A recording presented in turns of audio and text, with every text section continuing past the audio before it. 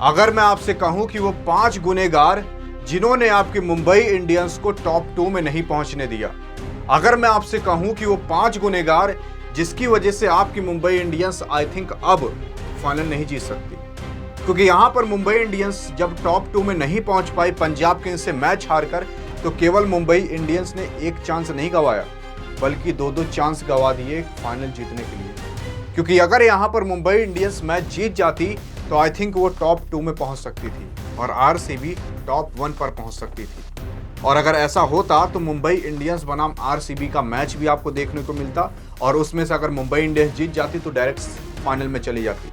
लेकिन अब अगर वो नहीं पहुंच पाई टॉप 2 में, अब पहुंच भी नहीं पाएगी, तो उसको सेमीफाइनल के अंदर 2 मुकाबले खेलने पड़ेंगे और 2 के दोनों जीतने रहेंगे, तब वो फाइनल में जाएगी और फाइनल में फिर उसको मुकाबला जीतना पड़ेगा। यानी कि अब मुंबई इंडियंस को 3 मैच और खेलने पड़ेंगे और 3 के तीनों में जीतना पड़ेगा, तब कहीं फाइनल जीत पाएगी। अगर वैसे रहता तो केवल 2 मुकाबले जीतने पड़ते अगर टॉप 2 में रहती, और तब वो ट्रॉफी उठा लेती। और ये 5 गुनहगार ऐसे हैं जिनकी वजह से आपकी मुंबई इंडियंस अब फाइनल उठाने के लिए क्या पता कतरा जाए। तो पहला गुनहगार की अगर मैं आपको बताऊं तो वो कोई और नहीं बल्कि तिलक वर्मा साहब है। तिलक वर्मा, जिनको टी20 के लिए माना ही जाता था कि ये बंदा जन्म ही लिया है टी20 मैच खेलने के लिए। इस बंदे ने कई बार लगातार टी20 मैच के अंदर शतक पर शतक ठोके हैं। इस बंदे ने कई बार हाफ सेंचुरी ठोकी है।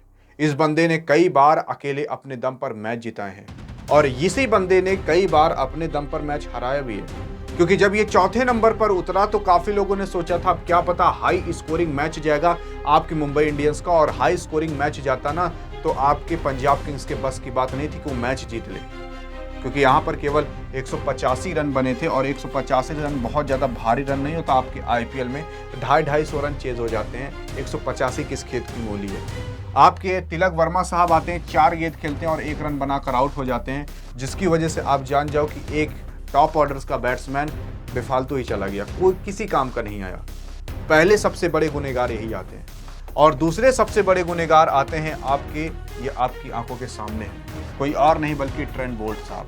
देखो, ट्रेंट बोल्ट अच्छी गेंदबाजी करते हैं, लेकिन अच्छी गेंदबाजी अगर आप समय पर भी कर दो ना तो काफ़ी अच्छा रहता है। क्योंकि यहाँ पर आपके ट्रेंट बोल्ट साहब 3 ओवर 3 गेंद जब खिलाते हैं ना तो उसी में इन्होंने 36 रन पिटवा दिए थे।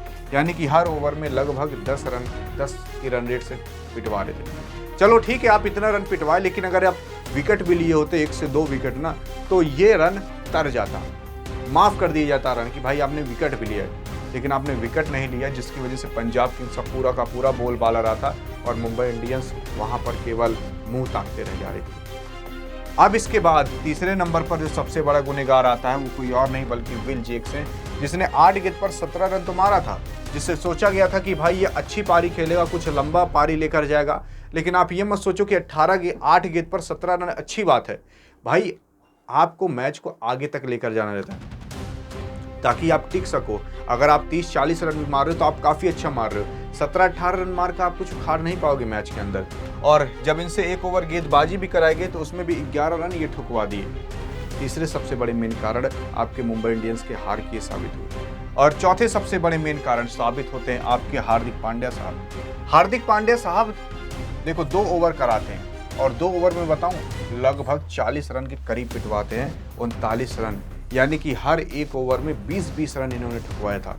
अगर आपकी पंजाब किंग्स 110 रन पर है ना तो 2 ही ओवर में 150 रन पर पहुंच जाएगी अगर आपके हार्दिक पांड्या इस तरीके से गेंदबाजी कराते। इतना रन इन्होंने ठुकवा दिया था जिसका कोई जवाब नहीं, और फिर ये 2 ही ओवर कराए। लेकिन बैटिंग की बात करें तो 15 बॉल में केवल 26 रन, जिसकी वजह से बैटिंग में ये भी कुछ बड़ा नहीं उखाड़ पाए और यही सब मेन कारण बना आपकी हार का।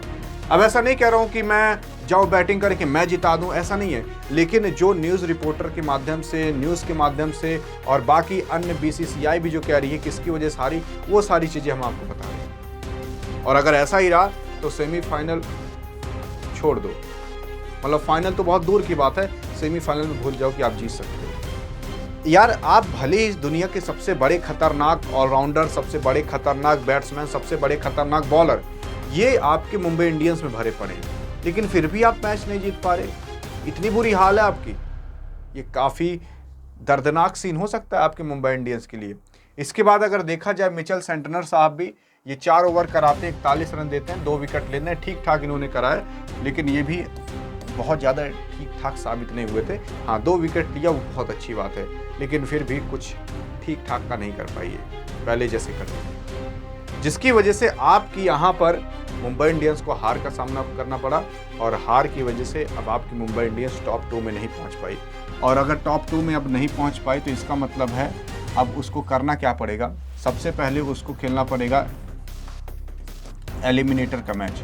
एलिमिनेशन का जो मैच होगा उसके बाद अगर वो जीतती है तो वो क्वालीफायर 2 में खेलेगी, और फिर उसके बाद जाकर वो फाइनल खेलेगी। यानी कि 3 मैच इसको जीतने रहेंगे, सेमीफाइनल और फाइनल को मिलाकर, तब कहीं ये फाइनल जीत पाएगी। और जो वहाँ पर सेमीफाइनल और फाइनल में गया है वो सारी कमज़ोर टीमें नहीं हैं, उन सब के भी अंदर दिग्गज बैट्समैन और बॉलर भरे पड़े हैं, तो उनसे जीत जाना जो टॉप 4 में है काफ़ी बड़ी बात है। और अगर आप 3 मैच लगातार जीत जाओ, बाकी क्या आपको लगता है कि मुंबई इंडियंस हर बार की तरह ट्रॉफी उठाएगी कि इस बार कुछ नया ही इतिहास रचा जाएगा जैसे आरसीबी उठाए?